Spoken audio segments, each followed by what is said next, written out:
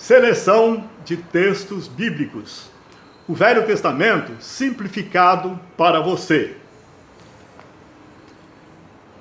1 Reis, capítulo 8. A oração de dedicação do templo. Salomão colocou-se diante do altar do Senhor, diante de toda a Assembleia de Israel, levantou as mãos para o céu e orou: Senhor, Deus de Israel, não há Deus como tu em cima nos céus, nem embaixo na terra. Tu que guardas a tua aliança de amor com os teus servos, que de todo o coração andam segundo a tua vontade.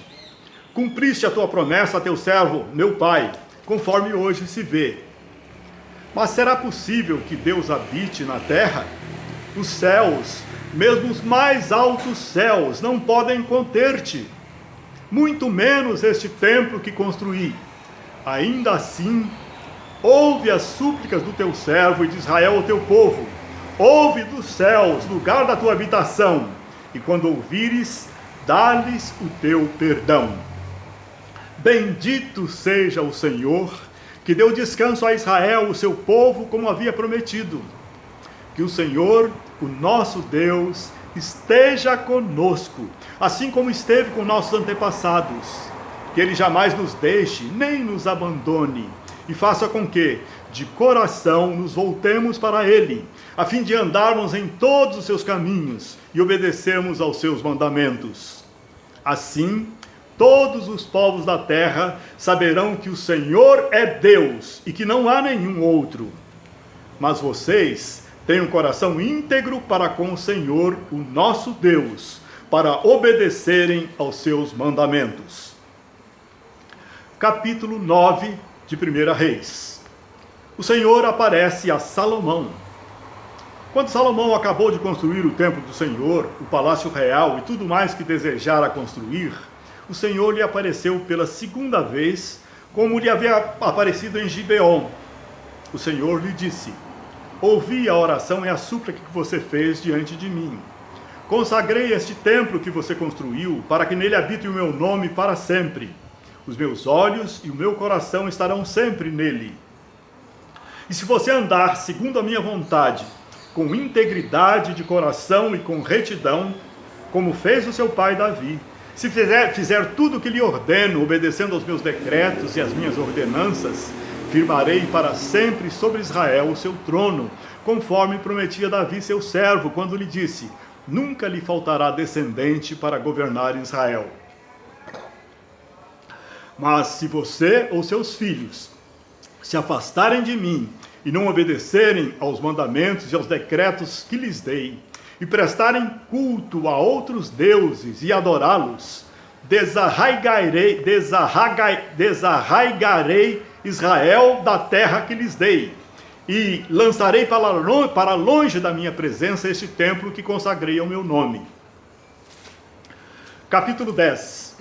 A rainha de Sabá visita Salomão.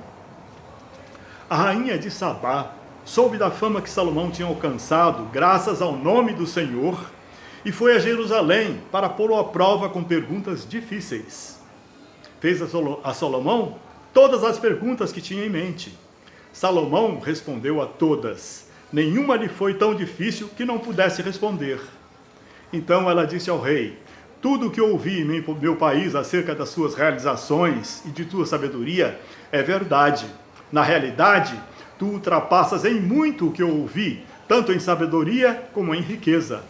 Bendito seja o Senhor, o teu Deus, que se agradou de ti e te colocou no trono de Israel. Por causa do amor eterno do Senhor para com Israel, ele te fez rei para manter a justiça e a retidão. O rei Salomão era o mais rico e o mais sábio de todos os reis da terra. Gente de todo mundo pedia audiência a Salomão para ouvir a sabedoria que Deus lhe tinha dado. Capítulo 11. As mulheres de Salomão. O rei Salomão amou muitas mulheres estrangeiras, além da filha do faraó. Elas eram das nações a respeito das quais o Senhor tinha dito aos israelitas: vocês não poderão tomar mulheres dentre essas nações, porque elas os farão desviar-se para seguir os seus deuses. No entanto, Salomão apegou-se amorosamente a elas. Casou com 700 princesas e 300 concubinas, e as suas mulheres o levaram a desviar-se.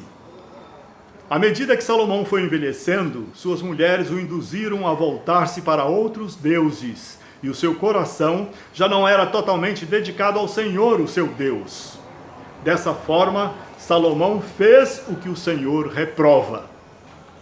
Salomão fez altares para os deuses de todas as suas mulheres estrangeiras.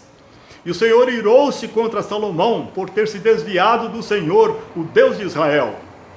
Então o Senhor lhe disse: já que essa é a sua atitude, e você não obedeceu à minha aliança e aos meus decretos, os quais lhe ordenei, certamente lhe tirarei o reino e o darei a um dos seus servos. No entanto, por amor a Davi seu pai, não farei isso enquanto você viver. Eu o tirarei da mão do seu filho. Mas não tirarei dele o reino inteiro. Eu lhe darei uma tribo por amor de Davi, meu servo, e por amor de Jerusalém, a cidade que escolhi. A morte de Salomão.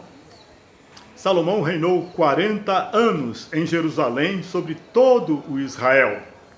Então descansou com seus antepassados e foi sepultado na cidade de Davi. E o seu filho Roboão foi o seu sucessor. Capítulo 16. O reinado de Acabe, rei de Israel. No 38º ano do reinado de Asa, rei de Judá, Acabe, filho de Onre, tornou-se rei de Israel e reinou 22 anos sobre Israel em Samaria. Acabe fez o que o Senhor reprova, mais do que qualquer outro antes dele. Ele se casou com Jezabel, filha de Etbaal, rei dos Sidônios, e passou a prestar culto a Baal e a adorá-lo. Ele provocou a ira do Senhor, o Deus de Israel. Capítulo 17. Elias, o profeta Elias, em Gileade, disse a Acabe: juro pelo nome do Senhor, o Deus de Israel, a quem sirvo, que não cairá orvalho nem chuva nos anos seguintes, exceto mediante a minha palavra. Depois disso, a palavra do Senhor veio a Elias: saia daqui, vá para o leste e esconda-se perto do riacho de Querite, a leste de Jordão. Você beberá do riacho, e dei ordens aos corvos, para que o alimentem lá. E ele fez o que o Senhor lhe tinha dito.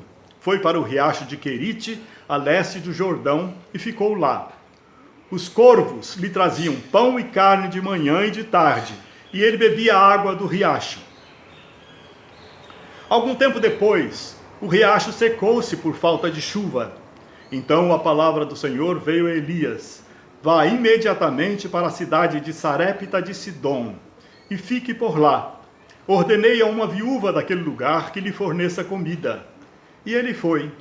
Quando chegou à porta da cidade, encontrou uma viúva que estava colhendo gravetos. Ele a chamou e perguntou: pode me trazer um pouco d'água numa jarra para que eu beba? Enquanto ela ia buscar água, ele gritou: por favor, traga também um pedaço de pão. Mas ela respondeu: juro pelo nome do Senhor, o teu Deus, que não tenho nenhum pedaço de pão, só um punhado de farinha num jarro e um pouco de azeite numa botija. Estou colhendo uns 2 gravetos para levar para casa e preparar uma refeição para mim e para o meu filho, para que comamos e depois morramos. Elias, porém, lhe disse: não tenha medo, vá para casa e faça o que disse, mas primeiro faça um pequeno bolo com o que você tem e traga para mim, e depois faça algo para você e para o seu filho. Pois assim diz o Senhor, o Deus de Israel: a farinha na vasilha não se acabará, e o azeite na botija não se secará até o dia em que o Senhor fizer chover sobre a terra. Ela foi e fez conforme Elias lhe dissera. E aconteceu que a comida durou muito tempo para Elias e para a mulher e a sua família, pois a farinha na vasilha não se acabou, e o azeite na botija não se secou, conforme a palavra do Senhor proferida por Elias. Algum tempo depois, o filho da mulher, dona da casa, ficou doente, foi piorando e finalmente parou de respirar. E a mulher reclamou a Elias: que foi que eu te fiz, ó homem de Deus? Vieste para lembrar-me do meu pecado e matar o meu filho? Dê-me o seu filho, respondeu Elias. Ele o apanhou nos braços dela, ele o apanhou dos braços dela, levou-o para o quarto de cima, onde estava hospedado, e o pôs na cama. Então clamou ao Senhor: ó Senhor, meu Deus, trouxeste também desgraça sobre esta viúva com quem estou hospedado, fazendo morrer o seu filho? Então ele se deitou sobre o menino 3 vezes e clamou ao Senhor: ó Senhor, meu Deus, faze voltar a vida a este menino. O Senhor ouviu o clamor de Elias, e a vida voltou ao menino, e ele viveu. Então Elias levou o menino para baixo, entregou-o à mãe e disse: veja, seu filho está vivo. Então a mulher disse a Elias: agora sei que tu és um homem de Deus, e que a palavra do Senhor, vinda da tua boca, é a verdade. Capítulo 18. Depois de um longo tempo, no 3º ano da seca, a palavra do Senhor veio a Elias: vá apresentar-se a Acabe, pois enviarei chuva sobre a terra. E Elias foi. Elias no Monte Carmelo. Quando Elias chegou, Acabe lhe disse: é você mesmo, perturbador de Israel? Não tenho perturbado Israel, respondeu Elias, mas você e a família do seu pai têm. Vocês abandonaram os mandamentos do Senhor e seguiram os Baalins. Agora convoque todo o povo de Israel para encontrar-se comigo no Monte Carmelo, e traga os 450 profetas de Baal e os 400 profetas de Azerá que comem à mesa de Jezabel. Acabe convocou então todo Israel e reuniu os profetas no Monte Carmelo. Elias dirigiu-se ao povo e disse: até quando vocês vão oscilar para um lado e para o outro? Se o Senhor é Deus, sigam-no. Mas se Baal é Deus, sigam-no. O povo, porém, nada respondeu. Disse então Elias: eu sou o único que restou dos profetas do Senhor, mas Baal tem 450 profetas. Tragam 2 novilhos, escolham eles um, cortem-no em pedaços e o ponham sobre a lenha, mas não acendam o fogo. Eu prepararei o outro novilho e o colocarei sobre a lenha, e também não acenderei fogo nela. Então vocês invocarão o nome do seu Deus, e eu invocarei o nome do Senhor. O Deus que respondeu por meio do fogo, esse é Deus. Então o povo disse: o que você disse é bom. Elias disse aos profetas de Baal: escolham um dos novilhos e preparem-no primeiro, visto que vocês são tantos. Clamem pelo nome do seu Deus, mas não acendam o fogo. Então pegaram o novilho que lhes foi dado e o prepararam. E clamaram pelo nome de Baal desde a manhã até o meio-dia. Ó Baal, responde-nos, gritavam. E dançavam em volta do altar que haviam feito, mas não houve nenhuma resposta, ninguém respondeu. Ao meio-dia, Elias começou a zombar deles. Gritem mais alto, dizia, já que ele é um Deus. Quem sabe está meditando, ou ocupado, ou viajando. Talvez esteja dormindo e precise ser despertado. Então passaram a gritar ainda mais alto e a ferir-se com espadas e lanças, de acordo com o costume deles, até sangrarem. Passou o meio-dia e eles continuaram profetizando em transe até a hora do sacrifício da tarde. Mas não houve resposta alguma, ninguém respondeu, ninguém deu atenção. Então Elias disse a todo o povo: aproximem-se de mim. O povo aproximou-se, e Elias reparou o altar do Senhor que estava em ruínas. Depois apanhou 12 pedras, uma para cada tribo dos descendentes de Jacó, a quem a palavra do Senhor tinha sido dirigida, dizendo-lhe: seu nome será Israel. Com as pedras construiu um altar em honra ao nome do Senhor, e cavou ao redor do altar uma valeta na qual poderiam ser semeadas 2 medidas de sementes. Depois arrumou a lenha, cortou o novilho em pedaços e o pôs sobre a lenha. Então lhes disse: encham de água 4 jarras grandes e derramem-na sobre o holocausto e sobre a lenha. Façam-no novamente, disse, e eles o fizeram de novo. Façam-no pela terceira vez, ordenou, e eles o fizeram pela terceira vez. A água escorria do altar, chegando a encher a valeta. À hora do sacrifício, o profeta Elias colocou-se à frente do altar e orou: Ó Senhor, Deus de Abraão, de Isaque e de Israel, que hoje fique conhecido que Tu és Deus em Israel, e que eu sou Teu servo, e que fiz todas essas coisas por ordem Tua. Responde-me, ó Senhor, responde-me, para que este povo saiba que Tu, ó Senhor, és Deus, e que fazes o coração deles voltar para Ti.